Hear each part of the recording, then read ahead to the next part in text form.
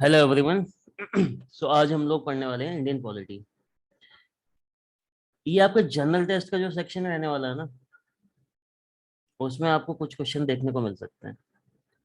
जो general test का part है उसमें आपको देखने को मिल सकते हैं, कितने क्वेश्चंस मिल सकते हैं? Around three.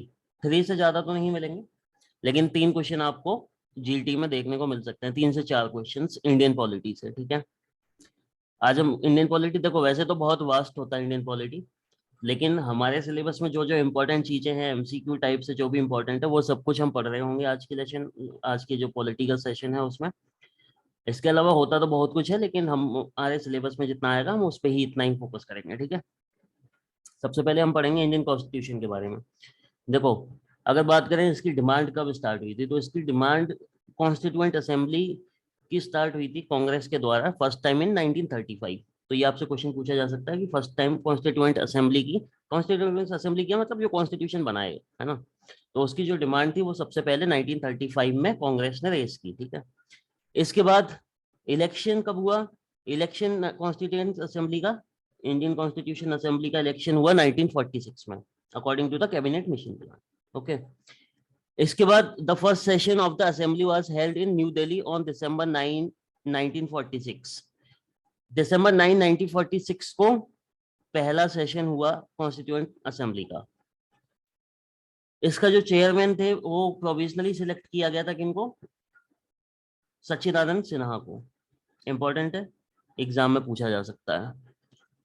इसके बाद जब दोबारा ये लोग मीटिंग हुआ इनका दिसंबर 11 1946 को, तो डॉक्टर राजेंद्र प्रसाद को इलेक्ट कर दिया गया permanent chairperson of constituent assembly.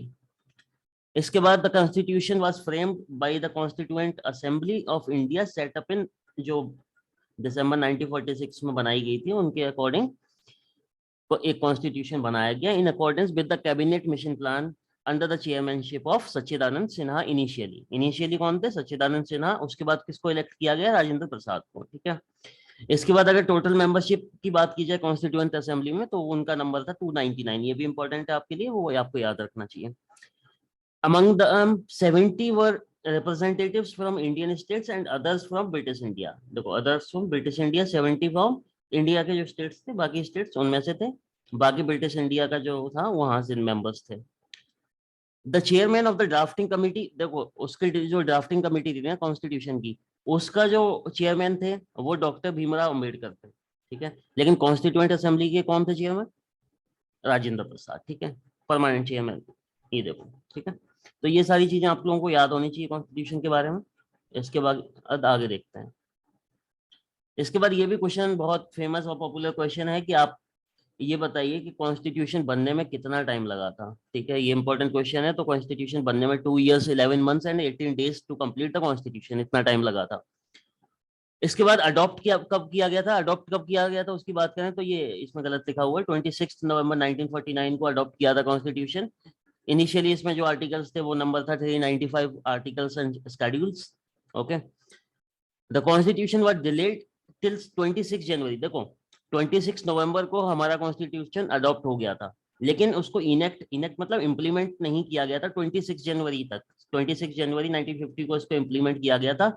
तो आखिर क्या रीजन था कि 26 जनवरी ही तारीख या डेट चूज करना था इन लोगों को? क्यों इतना वेट करना था? उसका रीजन था कि 1929 में जब लाहौर सेशन हुआ था, तो जवाहरलाल नेहरू के अंडर पूर्ण स्वराज की मांग की गई थी इसी दिन, 26 जनवरी को।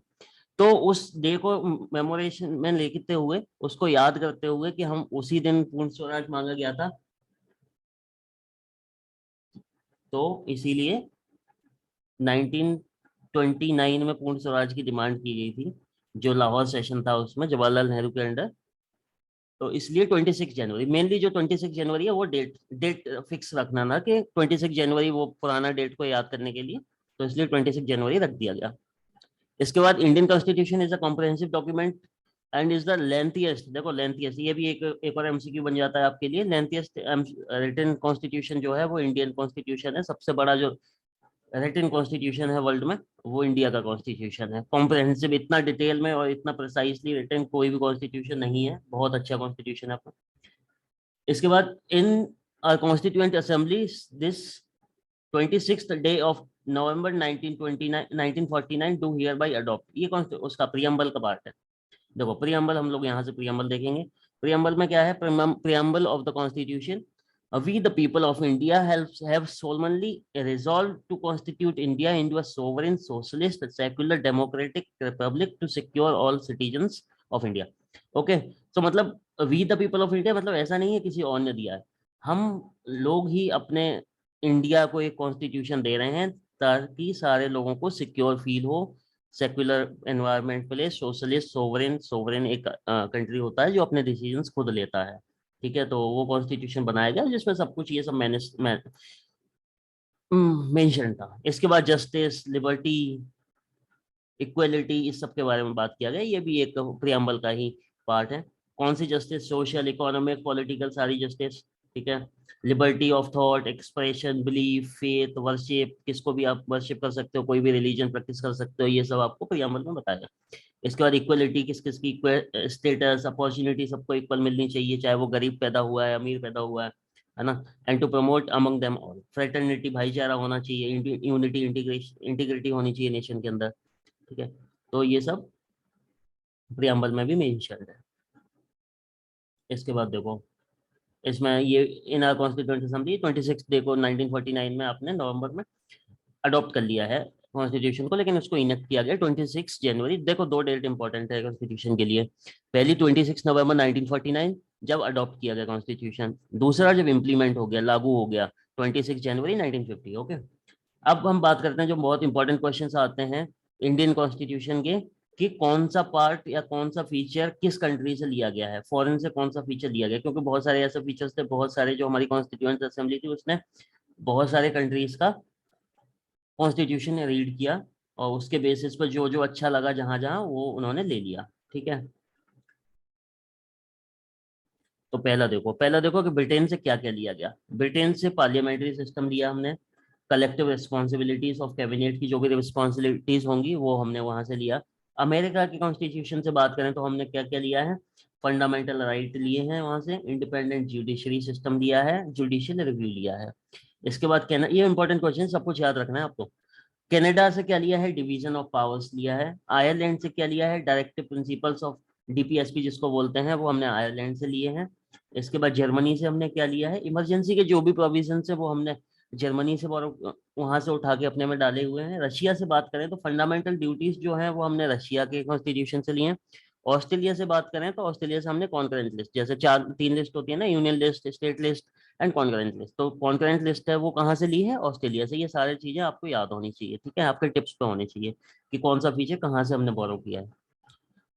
इसके बाद कुछ इंपॉर्टेंट आर्टिकल्स जो आपको पूछने को आ सकते हैं आपके एग्जाम में, वो हम लोग डिस्कस कर लेते हैं एक बार।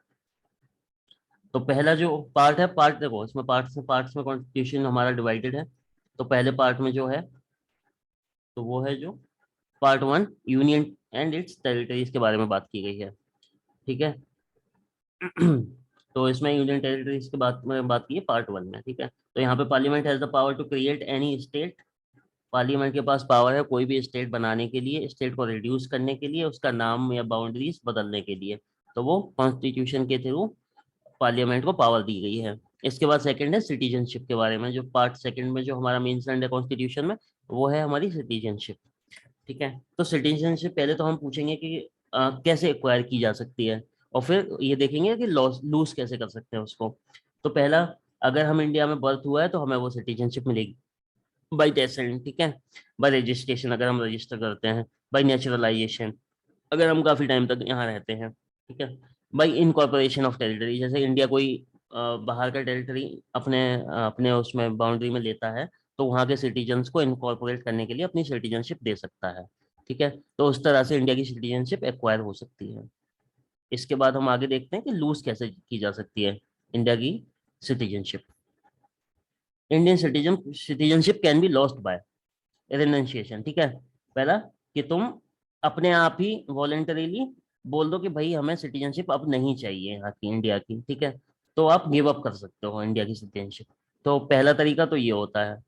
इसके बाद जो सेकंड तरीका होता है वो होता है टर्मिनेशन। इट टेक्स प्लेस, अगर आप क्या करते हो कि कहीं और की सिटीजनशिप ले सकते हो, ऐसा नहीं कर सकते हो आप इंडिया की भी सिटीजनशिप रखो और किसी दूसरे नेशन की भी। ठीक है। तो दो सिटीजनशिप आप एक साथ नहीं रख सकते हो, इंडिया की अगर आप रखते हो तो अगर आप इंडिया के अलावा कहीं और की सिटीजनशिप लेते हो तो इंडिया की सिटीजनशिप अपने आप टर्मिनेट हो जाएगी। इसके बाद कुछ केस ऐसे होते हैं जिसमें government of India he terminate कर दे आपकी सिटीजनशिप, तो कभी कभी ऐसा भी हो सकता है, if the government terminate the citizenship. ठीक है। तो ये तरीके हैं जिससे आपकी सिटीजनशिप लूज हो सकती है। इसके बाद हम बात करेंगे जो पार्ट थर्ड है कॉन्स्टिट्यूशन में, उसमें जो मेंशन्ड है वो है आपके fundamental rights. Okay. Fundamental rights की बात करें तो ये आर्टिकल 12 से 25-35 तक, आर्टिकल 12 टू 35 गिवन है। ठीक है। इसमें राइट टू इक्वलिटी आता है, राइट टू फ्रीडम आता है, right to freedom to religion आता है, कल्चरल एंड एजुकेशनल राइट्स आते हैं आपके, राइट अगेंस्ट एक्सप्लॉइटेशन आता है, राइट टू कॉन्स्टिट्यूशनल रेमेडीज आता है। ठीक है। तो ये सारे राइट्स जो होते हैं आप एक बार पढ़ लेंगे इसको पीडीएफ से। तो ये सारे राइट्स आपके फंडामेंटल राइट्स के अंदर आते हैं। इसके बाद स्टेट डीपीएसपी पार्ट 4 जो है उसमें डीपीएसपी आते हैं। डीपीएसपी बोले तो directive principle of state policy, article 36 to 51। देखो, directive principles are not enforceable through courts, court के थ्रू नहीं होते हैं, लेकिन ये एक स्टेट को डायरेक्टिव्स दिए गए हैं कि आप ऐसे, आपको डेमोक्रेसी को अच्छे हेल्दी मैनर में चलाने के लिए आपको ये डायरेक्टिव्स प्रिंसिपल्स हैं, इनको फॉलो करना चाहिए। ठीक है। ये एक तरह से गाइडलाइन है स्टेट के लिए। तो इसमें जो इम्पोर्टेंट डायरेक्टिव प्रिंसिपल्स हैं उनको हम एक बार देखेंगे। तो इसमें क्या है, provision for adequate means of living livelihood for all citizen. देखो, स्टेट की ये जिम्मेदारी है कि सबके लिए ऐसा प्रोविजन हो कि सब अपना लाइवलीहुड, खाना कपड़ा शेल्टर ये सब कमा सके। ठीक है। ऐसा एनवायरनमेंट आपको प्रोवाइड करना है। इसके बाद सबको राइट टू वर्क है, right to human condition of work and maternity relief. ठीक है। तो ये स्टेट को बताया गया कि मैटरनिटी मैटरनिटी रिलीफ का प्रावधान रखना चाहिए, ह्यूमन कंडीशंस अच्छे होने चाहिए जहाँ पे भी वर्क करते हो, है ना। तो ये स्टेट को सब इंश्योर करना है। Right to living wage and condition of work insuring decent standard of life, मतलब ऐसा नहीं होना चाहिए वर्किंग कंडीशन बिल्कुल ही डिटोरिएट हो, बेकार हो, मतलब वर्कर की हेल्थ खराब हो जाए काम करते करते, है ना। तो वो सब आपको स्टेट को ये डायरेक्टिव्स दिए गए हैं कि आपको ध्यान रखना है। कॉमन सिविल कोड, सबके लिए एक समान कानून लागू हो, ऐसा नहीं है किसी के लिए आप फेवर कर रहे हो, कोई बड़ी पर्सनैलिटी है तो उसको, है ना। तो सबके लिए एक समान कानून होने चाहिए। इसके बाद प्रोहिबिट कंजप्शन ऑफ लिक्योर, मतलब बिल्कुल प्रोहिबिट नहीं करना है, लेकिन ये है कि ऐसा भी नहीं है कि बिल्कुल ही हाँ कहीं भी, है ना। तो आप अपने प्लेस पे आराम से पी सकते हो कि जहाँ भी सही एनवायरनमेंट, ऐसा नहीं है रोड पे आप लिक्वर पी रहे हो, है ना। तो ये सब प्रोहिबिट करने का स्टेट का काम है। Prevent slaughter of useful cattle, अगर कोई यूजफुल कैटल है तो उनका स्लॉटर प्रिवेंट करना है। ऑर्गेनाइज पंचायती राइज को ऑर्गेनाइज करना, ये सब डीपीएसपी है इसके। सेपरेट द जुडिशरी, जुडिशरी और एग्जीक्यूटिव को अलग अलग रखना है, ऐसा नहीं है कि जुडिशरी में इंटरफेरेंस हो गया है ना। तो जुडिशरी इंडिपेंडेंट होना चाहिए। Protect and maintain places of historic monuments जो भी हैं उनको प्रोटेक्ट करना है, इंटरनेशनल पीस को एनकरेज करना है। इसके बाद पार्ट 4A में आती हैं आपकी फंडामेंटल ड्यूटीज। ठीक है। Fundamental duties for the Indian citizen have been incorporated in the constitution through the constitution 42nd जो अमेंडमेंट एक्ट हुआ था 1976 में, उसके थ्रू फंडामेंटल ड्यूटीज आपके कॉन्स्टिट्यूशन में ऐड की गई हैं। ये क्या क्या है वो हम लोग एक बार देखेंगे। देखो, पहली जो आपकी फंडामेंटल ड्यूटी होती है वो होती है to abide by the constitution and respect its ideals and institutions. Institutions को आपको अवॉइड करना है, रेस्पेक्ट करना है उसके आइडियल्स को, नेशनल फ्लैग की आपको रेस्पेक्ट करनी है, नेशनल एंथम को आपको रेस्पेक्ट करना है। ठीक है। ये आपकी फंडामेंटल ड्यूटीज है according to the constitution of India. ठीक है। सेकंड जो ड्यूटी है आपकी वो to cherish and follow the noble deeds which inspired our national struggle for freedom. जो आपका नेशनल स्ट्रगल फॉर फ्रीडम हुआ है उसमें जो भी आपके बलिदान दिए गए हैं, नोबल डीड्स हुई हैं उसमें, तो वो जो इंस्पिरेशन था उसको आपको चेरिश करना है ना। To uphold and protect the sovereignty unity and integrity of India, आपको कोई भी ऐसा काम नहीं करना जिससे इंडिया की सोवरेनिटी या यूनिटी या इंटीग्रिटी पे कोई खतरा है। ठीक है। तो आपकी ये फंडामेंटल ड्यूटी है as a citizen of India. To defend the country and render national service when called, देखो जब भी देश को आपकी जरूरत हो तब आपको वहां के लिए सर्विस के लिए तैयार रहना चाहिए, ये आपकी फंडामेंटल ड्यूटीज में आता है।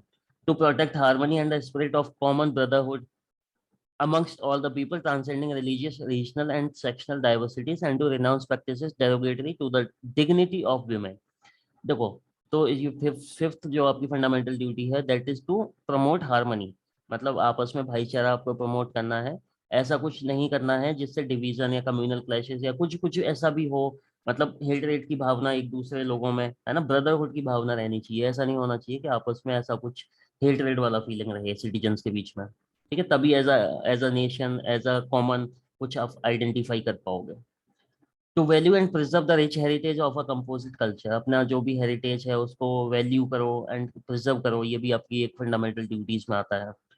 To protect and improve natural environment including forest, मतलब forest, lake, rivers and wildlife को आपको प्रोटेक्ट करने के लिए एंड इम्प्रूव करने के लिए आपको अपना जो भी आप दे सकते हो योगदान, वो आपको योगदान देना चाहिए। ये आपकी ड्यूटी होती है। To develop the scientific temper, ठीक है, साइंटिफिक टेम्पर होना चाहिए, ताकि उससे ही आपका देश का भला हो सकता है ना। कुछ भी साइंटिफिक टेम्पर करोगे, रिसर्च करोगे, है ना। ह्यूमनिज्म रहना चाहिए आपके अंदर। ऐसा नहीं है कि आप दूसरे इंसान से हमेशा हेटरेट रखो, है ना, मारने की कोशिश में लगे रहो, है ना। तो ह्यूमैनिटी रहनी चाहिए आपके अंदर। Spirit of inquiry and inform होना चाहिए, है ना। मतलब ऐसा नहीं है कि मेरा जो, इन केस कोई भी आपका बिलीफ है या जो भी है, ऐसा नहीं होना चाहिए कि भाई मेरा ही सबसे अच्छा है। उसमें आपको ये होना चाहिए, इंक्वायर कर सको, आप रिफॉर्म कर सको उसको, है ना, कि अगर कुछ कमी है तो उसको इम्प्रूव किया जाए। साइंटिफिक टेम्पर होना चाहिए। ऐसा नहीं है कुछ भी अंधविश्वास लेके आपने मान लिया और उसको ही लेके चल रहे हो, ठीक है, तो वो देश के लिए और आपके लिए, दोनों के लिए हानिकारक होता है। इसके बाद नाइन्थ की बात करें, नाइन्थ जो ड्यूटी है आपका, टू सेफगार्ड पब्लिक प्रॉपर्टी को, आपको पब्लिक प्रॉपर्टी को डिस्ट्रॉय नहीं करना है, या कोई कुछ ऐसा हो रहा है तो आपको बचाना है, ये आपकी फंडामेंटल ड्यूटी है। To strive towards excellence in all spheres of individual and collective activity, so that the nation constantly rises to higher levels of endeavor and achievement, ठीक है। मतलब ये भी आपको स्ट्राइव टुवर्ड्स, मतलब अच्छे से जो भी आप कर सकते हो, जो भी आप करना चाहते हो जिस भी फील्ड में, आपको अच्छे से करना है, ठीक है, ताकि नेशन का भी भला हो, आपका भी। Who is parent to or guardian to provide opportunities for education to his or her child may be ward between, मतलब आप अगर आप पेरेंट हैं या गार्डियन हैं तो आपको इंश्योर करना है आपके बच्चे को एटलीस्ट 14 ईयर्स तक एजुकेशन मिले, ठीक है। इसके बाद आता है पार्ट 5। ठीक है, तो पार्ट 5 ऑफ कॉन्स्टिट्यूशन में क्या है, यूनियन के बारे में बताया गया है। यूनियन में प्रेसिडेंट, आपके दोनों हाउसेस, है ना, उन सब के बारे में आपको बताया जाएगा। वाइस प्रेसिडेंट, है ना, या फिर काउंसिल ऑफ मिनिस्टर्स, उसके बारे में बताया जाएगा। यूनियन में जो भी होता है, यूनियन गवर्नमेंट जो होता है उसके बारे में, ठीक है। देखो, प्रेसिडेंट के बारे में बात करें तो the president is the constitutional head of Republic of India. Head, constitutional head होता है प्रेसिडेंट। ही इज मोर और less than a tightly head of the executive. Executive मतलब जो भी prime minister and council of ministers होता है, तो वो रियल हेड होते हैं एक तरह से। लेकिन ये जो होता है, ये टाइटुलर हेड, मतलब एक टाइटल है, उस तरह से हेड है ना। जैसे इंग्लैंड में क्वीन का टाइटल होता है ना, उस तरह से। He is the constitutional head but not the real executive, ठीक है। मतलब खुद से कुछ ऐसा नहीं होता है कि इनको कुछ लॉज बनाने हैं प्रेसिडेंट को, ऐसा कुछ नहीं होता है। लॉज वगैरह prime minister and council of ministers या पार्लियामेंट, जो भी राज्यसभा लोकसभा में बनाए जाते हैं, इनका बस एसेंट चाहिए होता है, बस साइन चाहिए होता है, सिग्नेचर, ठीक है। फर्स्ट सिटीजन बोला जाता है प्रेसिडेंट को। क्वालिफिकेशन क्या क्या होनी चाहिए एक बार देख लीजिए। इंडियन सिटीजन होने चाहिए, एज उनकी 35 से कम नहीं होनी चाहिए, और क्वालिफिकेशन होना चाहिए उनका लोकसभा के लिए इलेक्शन लड़ने के लिए। अगर वो उसके लिए क्वालिफाइड नहीं है तो वो प्रेसिडेंट भी नहीं बन सकते हैं। Should not hold any office of profit, मतलब पहले से कोई अगर ऑफिस है तो वो उनको छोड़ना पड़ेगा प्रेसिडेंट बनने के लिए। ऐसा नहीं है कि साथ साथ में आप कुछ और भी करते रहो, प्रेसिडेंट भी बने रहो। Should not be member of parliament और स्टेट लेजिस्लेचर, मतलब उनको एमपी या एमएलए, मतलब जो भी है स्टेट वगैरह में कुछ नहीं होना चाहिए, है तो उनको छोड़ना पड़ेगा, तभी आप बन पाओगे प्रेसिडेंट, ठीक है। इलेक्शन इनडायरेक्टली होता है। Electoral college consisting of elected elected members of houses. यहाँ पे सीधे प्रेसिडेंट के लिए जनता या आम लोग वोट नहीं करते हैं। यहाँ पे जो इलेक्टोरल कॉलेज होता है, या जो हाउसेस के लोग होते हैं, लेजिस्लेटिव असेंबलीज होती हैं, वो सब वोट करते हैं उसके लिए, ठीक है। According to 17th amendment act 1992, the expression states include, states जो देखो एक्सप्रेशन था 1970th अमेंडमेंट के अकॉर्डिंग, अब इसमें NCT, national capital territory of Delhi and union territory of Puducherry भी आएंगे स्टेट्स में, ठीक है। Members of legislative council have no right to vote. जो मेंबर्स ऑफ लेजिस्लेटिव काउंसिल का होता है, देखो पहले देखो, स्टेट जो होता है ना, कुछ स्टेट्स में लेजिस्लेटिव असेंबली ही होता है, लेकिन कुछ स्टेट्स ऐसे हैं उनमें लेजिस्लेटिव काउंसिल्स भी होता है, ठीक है। जैसे हिंदी में बात करें तो विधानसभा एंड विधान परिषद। तो विधानसभा होती है, उसके लिए प्रेसिडेंट के लिए वोटिंग होती है वहां से, लेकिन जो विधान परिषद होता है उससे वोटिंग नहीं होती है, उसको लेजिस्लेटिव काउंसिल बोलते हैं। वो वोट नहीं करते हैं प्रेसिडेंट के इलेक्शन के लिए, ओके। इसके बाद पावर्स की बात करें अगर प्रेसिडेंट की, तो वो ही makes appointment to all constitutional post. देखो बहुत सारी कॉन्स्टिट्यूशनल पोस्ट होती हैं, उसके लिए जो प्रेसिडेंट है वही अपॉइंटमेंट करते हैं। He can address house of parliament and dissolve. देखो वो किसी भी हाउस ऑफ पार्लियामेंट, चाहे वो राज्यसभा हो चाहे वो लोकसभा हो, दोनों को ही एड्रेस किया कर सकते हैं, और डिसॉल्व भी करने की जो पावर है वो प्रेसिडेंट के अंदर ही होती है। ऑल बिल्स, जो भी बिल्स पास होते हैं उसके बाद जब वो रिसीव करते हैं ऐसे, मतलब सिग्नेचर जब मिलता है प्रेसिडेंट का, तभी वो बिल होते हैं, वो एक्ट बन पाते हैं।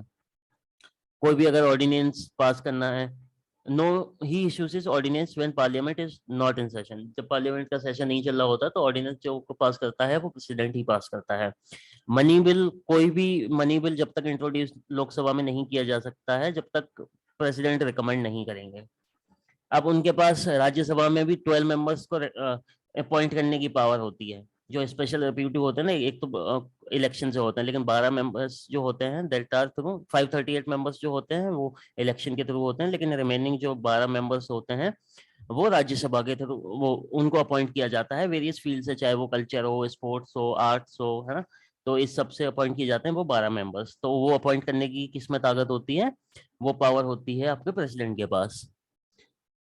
इसके बाद अगर किसी ने कुछ क्राइम किया है, अगर उसको फांसी की भी सजा हो रखी है, तो वो माफ करने की ताकत होती है प्रेसिडेंट के अंदर, ठीक है। वो चाहे तो किसी को भी माफ कर सकते हैं। सबसे ज्यादा माफ करने का रिकॉर्ड प्रतिभा पाटिल के साथ है। उन्होंने बहुत लोगों को, बहुत दया की मूर्ति है वो, उन्होंने बहुत ऐसे फांसी वाले लोगों को माफ माफ किया था अपने टेन्योर में, ठीक है। The president holds the office for a period of 5 years, 5 साल का इनका कार्य कार्यकाल होता है। इसके बाद भी ये ऐसा नहीं है कि वो दोबारा से इलेक्शन नहीं हो सकते हैं, दोबारा से भी एक पीरियड और कर सकते हैं वो, ठीक है। ऐसा कुछ नहीं है जैसे यूएस में है कि 2 टर्म ही पूरा कर सकते हो आप, 2 टर्म के बाद आप प्रेसिडेंट नहीं रह सकते हो। He draws a fix salary per month with various allowances. इसको फिक्स सैलरी भी मिलती है, अच्छी खासी hefty सैलरी होती है, और बढ़िया, सब कुछ बढ़िया ही होता है ऑब्वियसली। आपको राष्ट्रपति भवन भी मिलेगा रहने के लिए, है ना। He is also entitled to rent free official residence called Rashtrapati Bhavan, ठीक है। वाइस प्रेसिडेंट की बात कर लेते हैं अब। आर्टिकल 63 में आपको बताया गया है वाइस प्रेसिडेंट के बारे में। तो वाइस प्रेसिडेंट वो क्या होता है, ex as the ex official chairman of the council of states. Rajya Sabha में चेयरमैन होते हैं ये, और जो वाइस प्रेसिडेंट होते हैं वो राज्यसभा में, इनका एक काम ये भी होता है कि वो चेयरमैन होते हैं राज्यसभा के, ठीक है।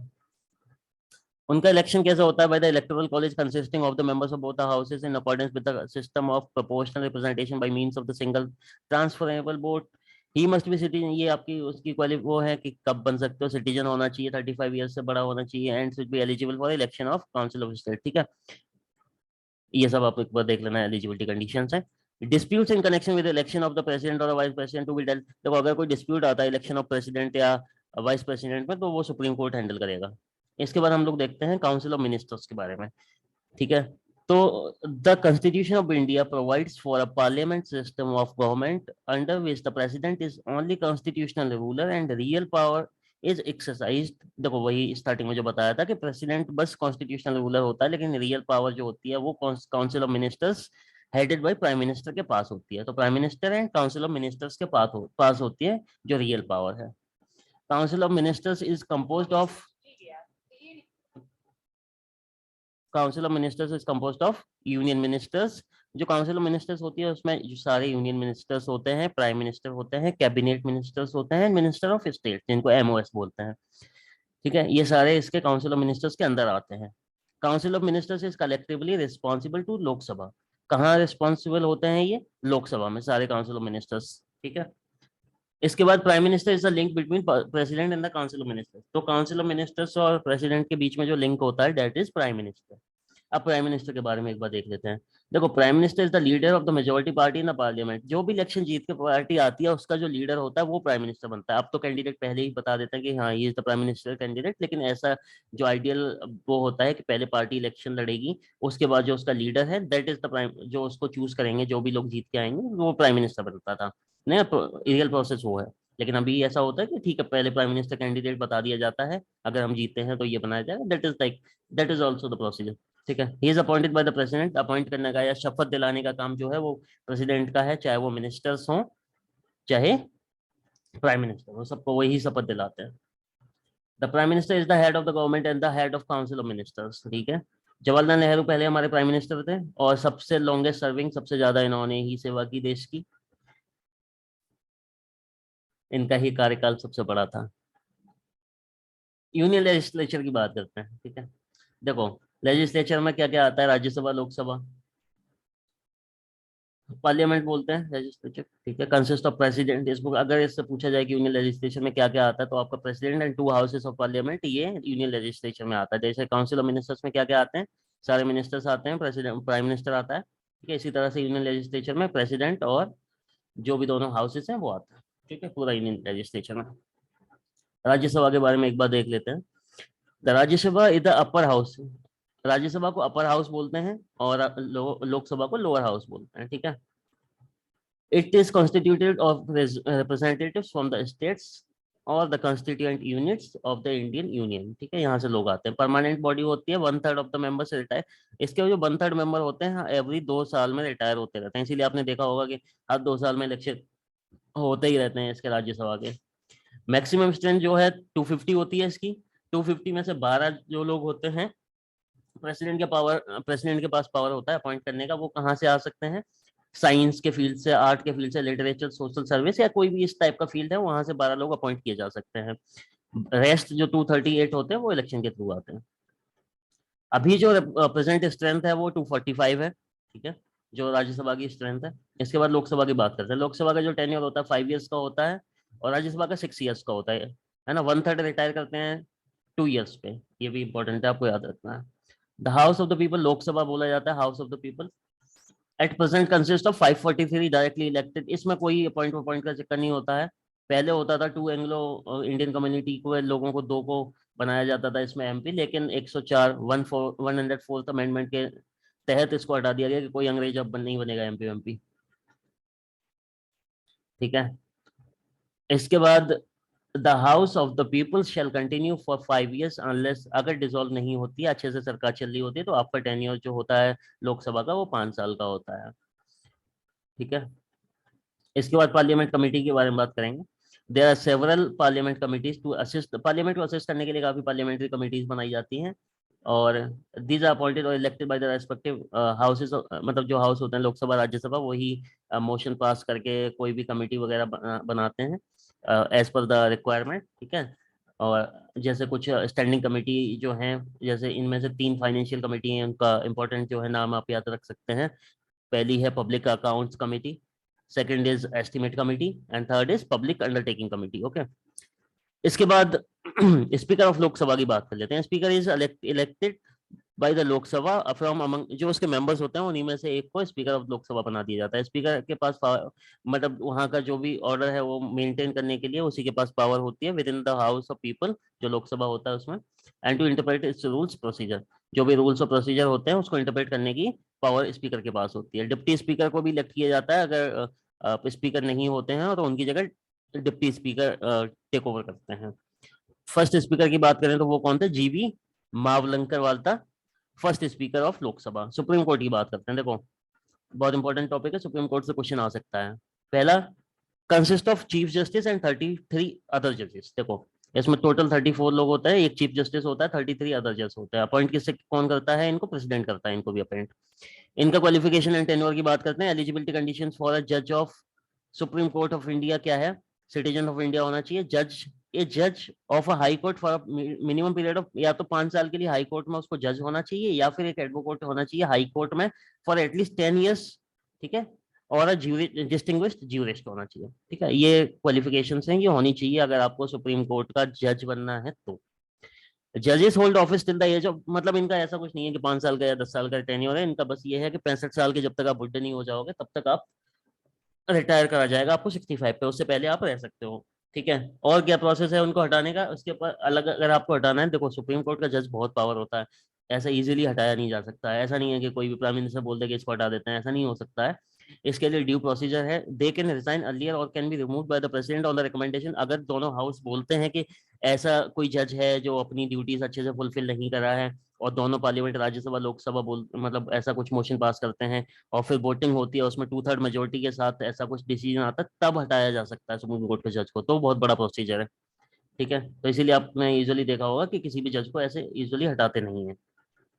पावर की बात करें तो पहला तो ओरिजिनल ज्यूरिसडिक्शन, मतलब कोई भी केसेस हैं involving government of India and states involving the enforcement of the fundamental right से रिलेटेड, अगर कोई भी केस है या गवर्नमेंट ऑफ इंडिया के मतलब फंडामेंटल राइट या कुछ इस टाइप का केस होता है ना, तो वो सुप्रीम कोर्ट के अंडर आता है। इसके बाद appellate just jurisdiction in cases which are brought to it in the form of appeal. ऐसा होता है ना, लोअर कोर्ट में आपने गए है ना, आप उसके जो भी जुरिस्डिक्शन है, उसने जो भी वर्डिक्ट दिया है, उससे आप अगर सेटिस्फाइड नहीं है तो आप हायर कोर्ट में अपील कर सकते हैं। अगर आप डिस्ट्रिक्ट कोर्ट से उससे ऊपर हाई कोर्ट में कर सकते हैं, हाई कोर्ट से ऊपर सुप्रीम कोर्ट में कर सकते हैं। तो वो अपील बेसिस पे जो जुरिस्डिक्शन होता है उसे बोलते हैं अपीलेट जुरिस्डिक्शन, वो भी सुप्रीम कोर्ट में होता है। इसके बाद एडवाइजरी फंक्शंस होते हैं, मतलब अगर ऐसा लगता है कि गवर्नमेंट ने या किसी ने भी ऐसा कुछ कॉन्स्टिट्यूशन को वायलेट किया है, तो वो एडवाइस किया जा सकता है, एडवाइस कर सकता है सुप्रीम कोर्ट खुद से ही कॉग्निस लेके उसका बोल सकता है कि यहाँ पे ये कॉन्स्टिट्यूशन वायलेट हो रहा है।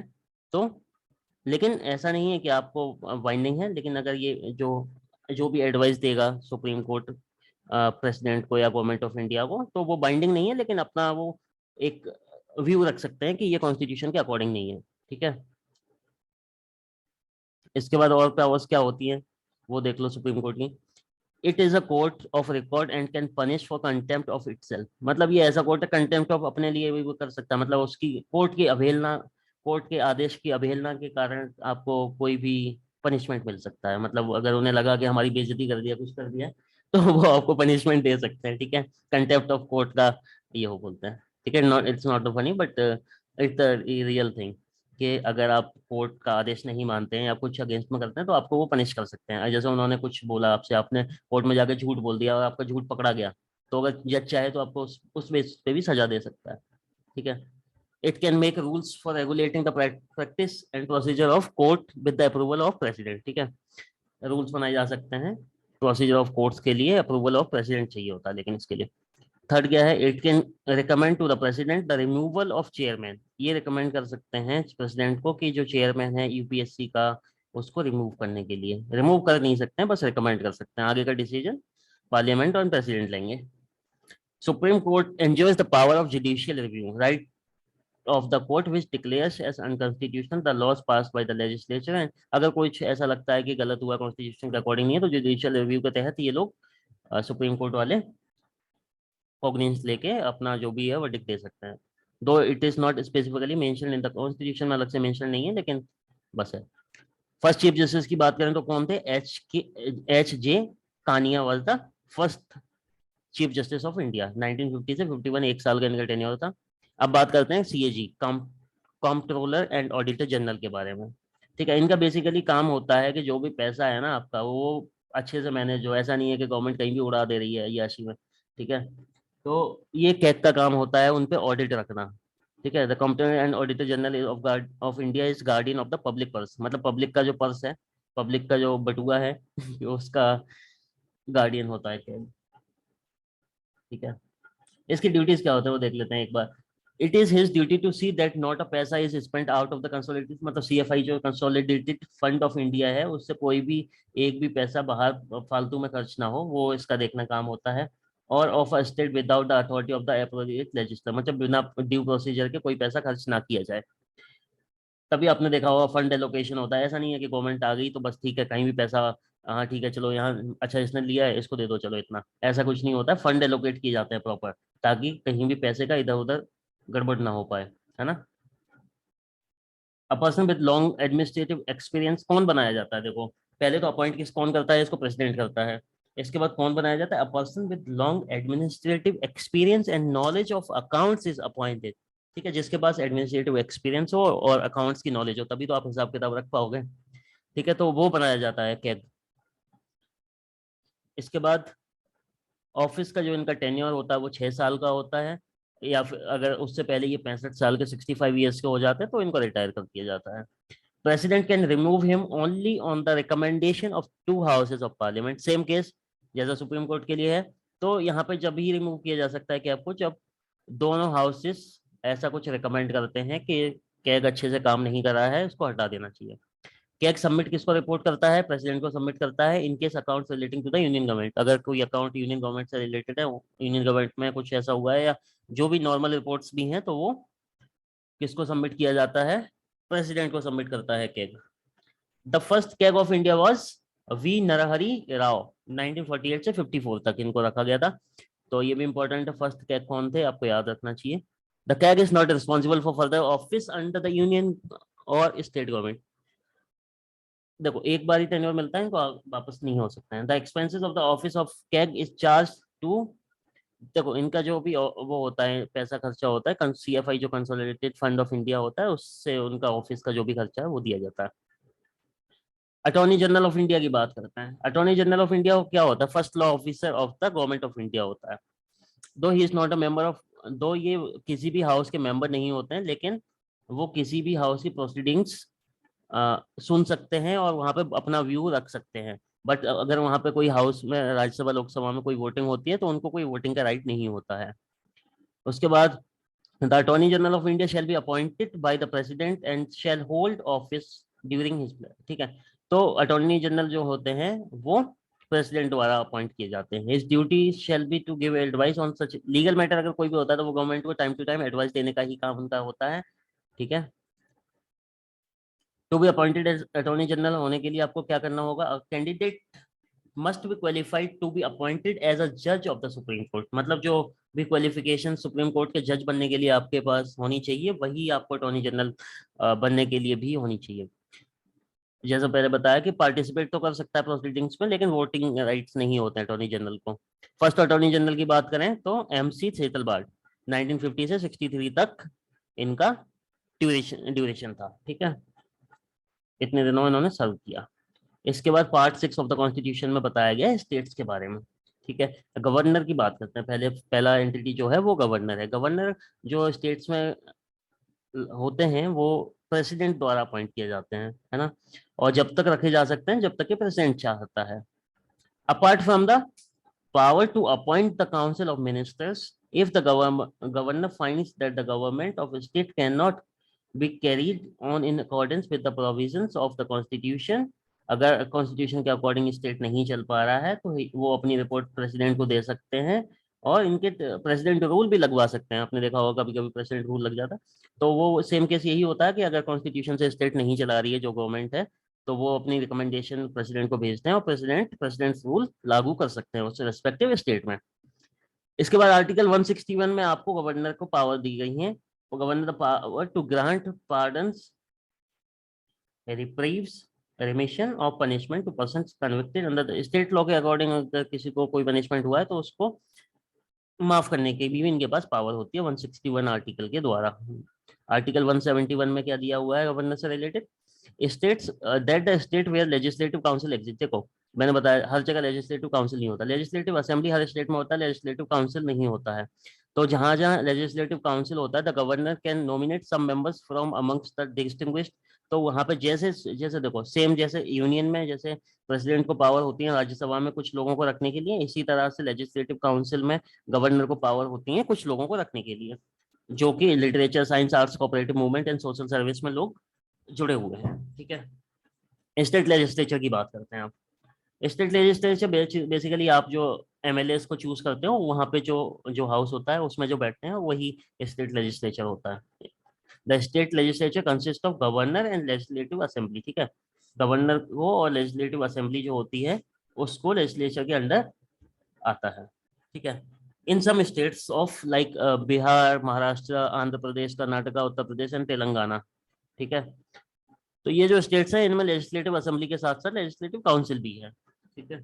तो membership of the legislative council will not be more than 1/3 of the legislative assembly, ठीक है।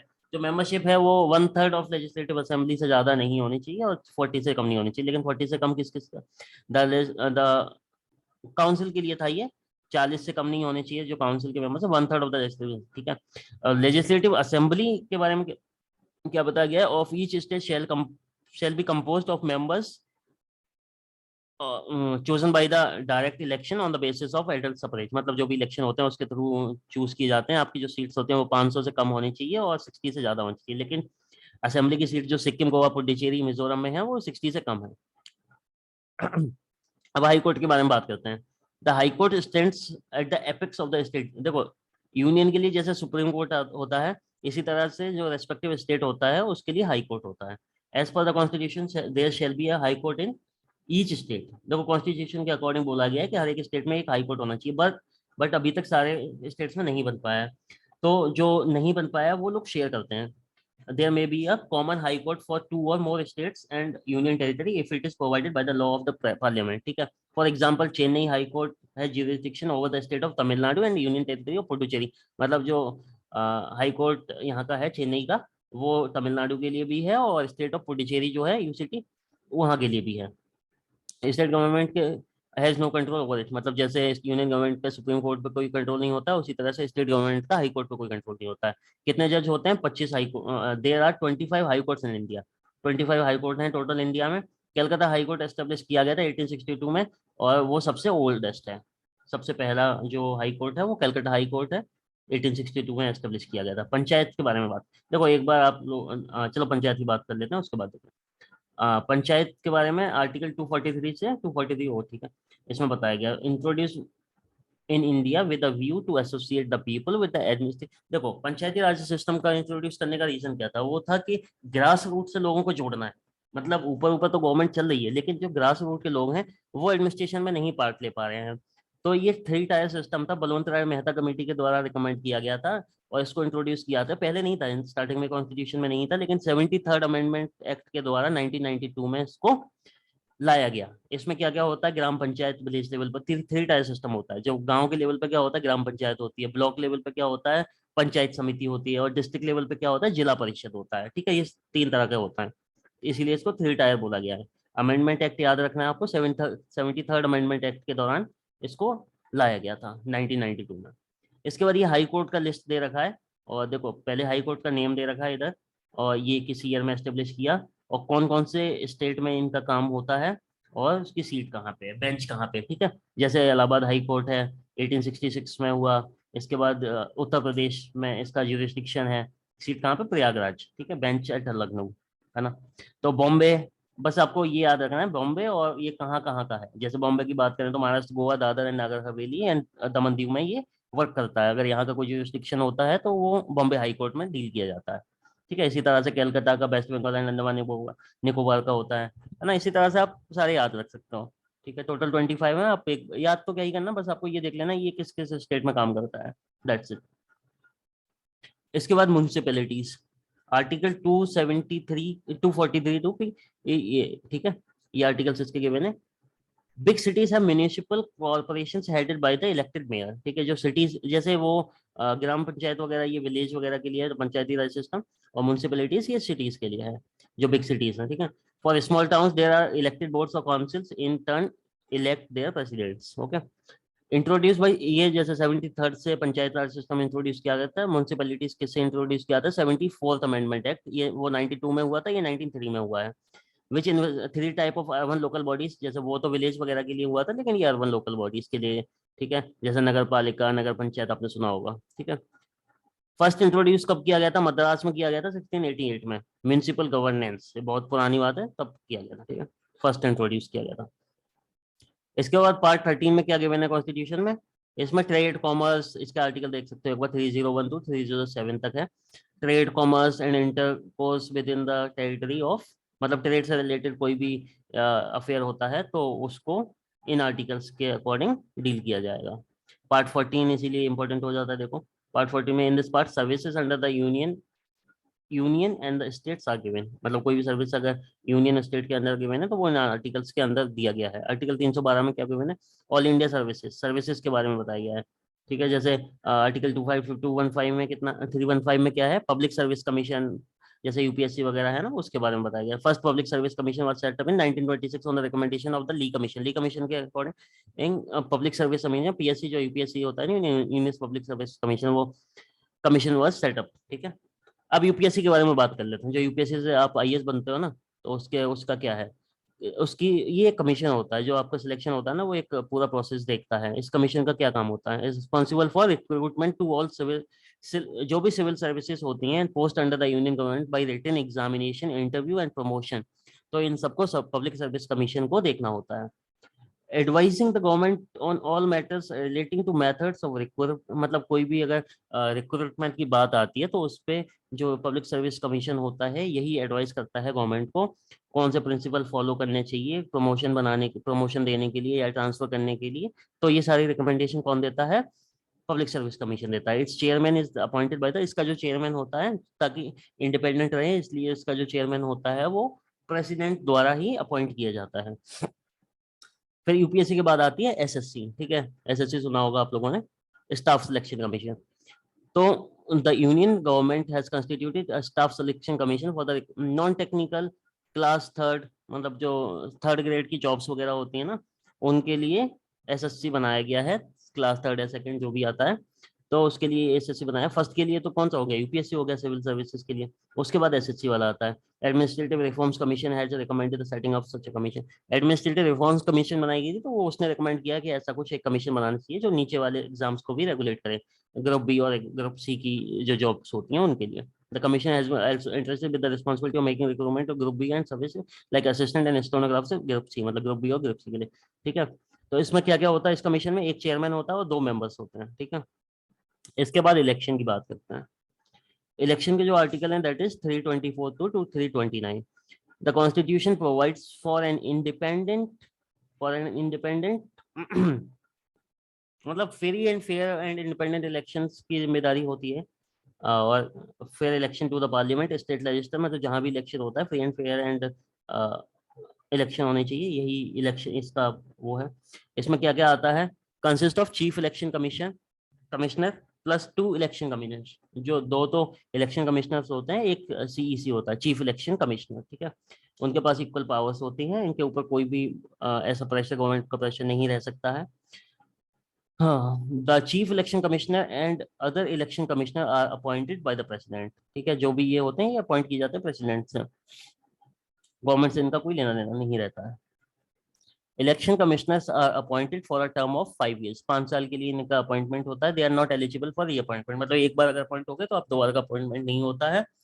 Also they can not hold any office of profit, मतलब ऐसा नहीं है कि आप इलेक्शन कमिश्नर होने के साथ साथ अपना और कुछ भी जॉब वॉब करो, वो नहीं हो सकता है। आप एक ही काम कर सकते हो, बस आप इलेक्शन कमिश्नर ही रह सकते हो। Election commission was established on 25 January 1950 under the article 324 of the constitution, ठीक है। 25 जनवरी को कॉन्स्टिट्यूट किया गया था 1950 में आर्टिकल 324 के तहत, ठीक है। आपके पहले चीफ इलेक्शन कमिश्नर कौन थे? वॉज सुकुमार सेन। इंपॉर्टेंट है, आपको याद रखना है। Sukumar Sen was the first chief election commissioner, ठीक है। फंक्शंस क्या क्या होते हैं? फंक्शंस की बात करें तो प्रिपरेशन ऑफ इलेक्टोरल पॉल्स, मतलब जो भी आपकी इलेक्टोरल लिस्ट होती है ना जिसमें आपका नाम आता है अगर आप 18+ हो जाते हैं तो वो सब इलेक्टोरल रोल्स मेंटेन करना, ये सब इनका ही काम होता है। उसको अपडेट करना है वो भी इसी का काम होता है, ठीक है। Recognition of various political parties and allotment of election symbol, जैसे जो भी नई नई पार्टीज आती हैं उनको सिंबल देना है ना, उनको रजिस्टर करना, रिकॉग्नाइज करना, तो वो सब भी इन्हीं का काम होता है। इसके बाद बात करते हैं नीति आयोग की। देखो, पहले जो नीति आयोग था उसको प्लानिंग कमीशन के नाम से जाना गया था, लेकिन मोदी गवर्नमेंट ने उसने उसका आगे नीति आयोग नाम रख दिया है बस और नीति की फुल फॉर्म आ सकती है। नीति की फुल फॉर्म होती है national institution for transforming India, ठीक है। ये भी इंपॉर्टेंट हो जाता है, ये आपको याद होना चाहिए। The NITI Aayog will comprise of the following, क्या क्या कौन कौन लोग होंगे इसमें? पहला प्राइम मिनिस्टर ऑफ इंडिया, क्योंकि इन्होंने आके हटाया था, उन्होंने अपना ही चेयरमैन, सबसे पहले प्राइम मिनिस्टर ऑफ इंडिया इसके चेयरमैन होंगे, ठीक है। Governing council comprising the chief ministers of all states and lieutenant governors of territories, ठीक है। ये लोग भी इसके पार्ट होंगे नीति आयोग की। गवर्निंग काउंसिल कंप्राइजिंग, और गवर्निंग काउंसिल जो होगी उसमें chief ministers of all states and lieutenant governors of territories, ठीक है।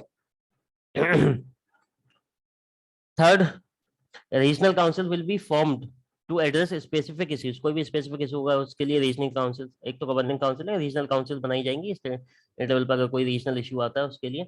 और the regional council will B convened by the prime minister and will comprise of the chief ministers of states, मतलब इसमें prime minister और chief minister वही same इसका वो रहेगा ऑर्गेनाइजेशन, ठीक है। और इसमें this will be chaired by the chairman of the NITI Aayog और हिज नॉमिनी, मतलब चेयरमैन जो भी प्राइम मिनिस्टर ही हैं तो उसके द्वारा इनको एड्रेस किया जाए। Experts, specialists, and practitioners with relevant domain knowledge as special invitees nominated by the Prime Minister, ठीक है। इसमें एक्सपर्ट्स और स्पेशलिस्ट भी होंगे जिनको उस डोमेन का जो भी इशू है उसका नॉलेज होगा, उनको प्राइम मिनिस्टर के द्वारा नॉमिनेट किया जाएगा। Full time organized framework will comprise of, in addition to the prime minister as a chairman, prime minister chairman होंगे, उसके साथ साथ और कौन होगा, वाइस चेयरमैन होंगे, to be appointed as to be appointed by the, मतलब प्राइम मिनिस्टर ही अपॉइंट करेंगे उसको, वाइस चेयरमैन जो भी होगा। इसके बाद जो मेंबर्स होंगे वो फुल टाइम होंगे, ठीक है। पार्ट टाइम मेंबर्स भी होंगे, maximum 2 members from leading universities, जो रिसर्च से रिलेटेड जो हाईली एजुकेटेड पीपल होंगे उनको पार्ट टाइम मेंबर्स रखा जाएगा, 2 लोग रखे जाएंगे इस टाइप के। एक्स ऑफिशियो मेंबर्स भी रखे जाएंगे जो कि 4 मेंबर्स होंगे, जो वो कहाँ से आएंगे, काउंसिल ऑफ मिनिस्टर से आएंगे, जो भी काउंसिल ऑफ मिनिस्टर्स होते हैं, कैबिनेट मिनिस्टर हुए या जो भी मिनिस्टर्स हुए, कैबिनेट मिनिस्टर हुए, तो वहां से आएंगे वो 4 मेंबर्स। चीफ एग्जीक्यूटिव ऑफिसर, ये भी अपॉइंट कौन करेगा, prime minister, for fixed tenure के साथ, in the rank of secretary to the government of India, वो सेक्रेटरी की रैंक पे आपको अपॉइंट किया जाएगा, ठीक है। सेक्रेटरी एज डीम्ड नेसेसरी, मतलब सेक्रेटरी नेसेसरी है, ठीक है। इसके बाद finance commission, finance commission, the constitution of the finance commission is laid down in article 280 article में आपको फाइनेंस कमीशन के बारे में देखने को मिल जाएगा, ठीक है। The chairman must be a person having experience in public affairs and the other 4 members also having wide experience in financial matters, ठीक है। तो इसका जो चेयरमैन होंगे उनको एक्सपीरियंस होना चाहिए पब्लिक अफेयर्स का, एंड जो अदर 4 मेंबर्स होंगे उनको भी वाइड एक्सपीरियंस होना चाहिए फाइनेंशियल मैटर्स के, क्योंकि आफ्टर ऑल आपको फाइनेंस कमीशन में फाइनेंस ही देखना है। It consist of chairman 4 other members, total 5 strength होती है, एक चेयरमैन होता है, 4 अदर मेंबर्स होते हैं। It shall be the duty of the Finance Commission to advise the President on some matters of distribution between the state। देखो जो revenue का शेयर यूनियन स्टेट के बारे में, यूनियन स्टेट में होता है, तो इस सब पे जो भी ड्यूटी होता है वो फाइनेंस कमीशन को होता है, एडवाइस करने का प्रेसिडेंट को कि किस तरह से डिस्ट्रीब्यूट करना है, कि जो भी टैक्सेस या नेट प्रोसीड्स पैसा आया है उसको किस तरह से शेयर करना है, स्टेट्स को कितना देना है, यूनियन को अपने पास कितना रखना है, ये सब फाइनेंस कमीशन का काम होता है। Finance commission is not a permanent body, it is dissolved after it has submitted it's recommendation. देखो इसका ज्यादा परमानेंट काम कुछ खास होता नहीं है, जैसे ही वो अपना रिकमेंडेशन दे देता है इसके बाद इसको डिसॉल्व कर दिया जाता है। देखो इसके बाद जो इंपॉर्टेंट अमेंडमेंट्स हैं, वो इंपॉर्टेंट अमेंडमेंट्स आ सकते हैं आपके एग्जाम में, जैसे सबसे ज्यादा important 42nd amendment, 43rd amendment है ना, फर्स्ट अमेंडमेंट, तो बहुत सारे इसमें इंपॉर्टेंट भी सारे जो गिवन है ये इंपॉर्टेंट अमेंडमेंट्स हैं, एक बार इसको आपको आपको अच्छे से पढ़ लेना है, ठीक है। जैसे 73rd अमेंडमेंट है, it is concerning Panchayati Raj, 74th है म्यूनिसिपल कॉर्पोरेशन जो आपने अभी पढ़ा था, है ना। तो कुछ ही गिवन है, ये सारे ही इंपॉर्टेंट है, तो आप एक बार इसकी रीडिंग कर लेंगे पीडीएफ से, ठीक है। एक बार देख लो, या तो स्क्रीनशॉट ले लेना या फिर आप आराम से पढ़ लेना पीडीएफ से, ठीक है। इसके बाद हम कुछ स्टैटिक नॉलेज के बारे में आ जाते हैं। देखो पहले हम बात करेंगे नेशनल सिंबल्स के बारे में। नेशनल सिंबल्स में पहला सिंबल है नेशनल एम्बलम, जो नेशनल एम्बलम है, national state emblem of India is an adoption from the Sarnath lion capital of Ashoka, ठीक है। इसमें क्या क्या है, it was adopted by the government of India, 26 जनवरी 1950 को अडॉप्ट किया गया था, and adopted from only 3 lines are visible, 3 line visible है, एक पीछे की तरफ है तो 3 ही दिखते हैं, the fourth hidden from the view, ठीक है, चौथा पीछे है वो हिडन है।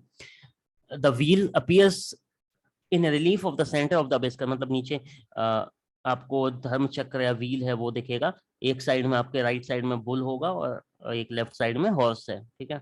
The bell shaped lotus have been omitted, the word Satyameva Jayate being truth alone ट्राइम्स, मतलब सत्यमेव जयते सत्य जीतता है, ठीक है, तो वो Satyameva Jayate inscribed below in the emblem in देव, मतलब हिंदी में आपको वो इंस्क्राइब्ड है।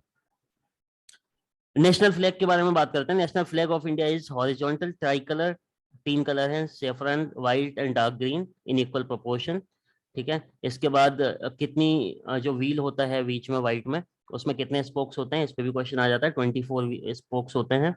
द रेशियो क्या होता है, 3:2 का रेशियो होता है, ठीक है। 3 लेंथ होता है, 2 ब्रेड्थ होता है उसका जो फ्लैग है। इट्स डिजाइन कब उसका जो हमारा नेशनल फ्लैग है उसका डिजाइन कब अडॉप्ट किया गया, वो जुलाई 22 1947 में अडॉप्ट किया गया, इंपॉर्टेंट है आपको याद रखना है। इसके बाद नेशनल एंथम की बात करते हैं। नेशनल एंथम आप सभी को पता होगा, रविन्द्रनाथ टैगोर जी ने जनगण मन अडॉप्ट, मतलब उन्होंने उनका ही ये नेशनल एंथम दिया हुआ है, और ये अडॉप्ट कब किया गया, कॉन्स्टिट्यूएंट असेंबली के द्वारा नेशनल एंथम अडॉप्ट किया गया 24 जनवरी 1950 को, 24 जनवरी 1950 को, ठीक है। ये पूरा जनगण मन है, अगर आपने नहीं पढ़ा तो यहाँ से आप देख सकते हो। इसके बाद नेशनल सॉन्ग के बारे में बात करते हैं। नेशनल सॉन्ग जो वंदे मातरम है, बंकिम चंद्र चटर्जी के द्वारा ये लिखा गया था। It is a source of inspiration to the people in their struggle for freedom, has been adopted as national song. It has an equal status with the national anthem. इसका state national song और national anthem का status almost equal है। ठीक है, इसके बाद national bird और animal के बारे में बात करते हैं। नेशनल बर्ड जो है वो पीकॉक है, नेशनल एनिमल क्या है, टाइगर है। नेशनल एक्वेटिक एनिमल कौन है इंडिया का, वो है डॉल्फिन। नेशनल फ्लावर आप सभी को पता होगा, लोटस है। नेशनल कैलेंडर, ये सारे इंपॉर्टेंट फैक्चुअल इन्फॉर्मेशन आप सभी को पहले से पता भी होगा, लेकिन अगर नहीं पता तो आपको याद रखना है। नेशनल कैलेंडर की बात करें तो कब अडॉप्ट किया गया, March 22 1957 में। 365 डेज हैं and the first month of the year is Chaitra. ठीक है, तो ये कैलेंडर अब अडॉप्ट हो गया। तो यही मेनली जो आपके पॉलिटी में है यही सब है। तो पॉलिटी यहाँ पे आपका जो बेसिक बेसिक पॉलिटी था, जो इम्पोर्टेंट क्वेश्चंस आपके पास आ सकते हैं वो मैंने कवर करा दिए हैं। इसके बाद भी मतलब इसका देखो बहुत वास्ट होता है पॉलिटी, है ना। लेकिन वही है कि जो आपके लिए इम्पोर्टेंट है, क्योंकि वेटेज इसका बहुत कम है, 3 क्वेश्चन के आसपास भी आ सकते हैं, तो जो क्वेश्चन बन सकते हैं वो मैंने आपको बता दिए हैं।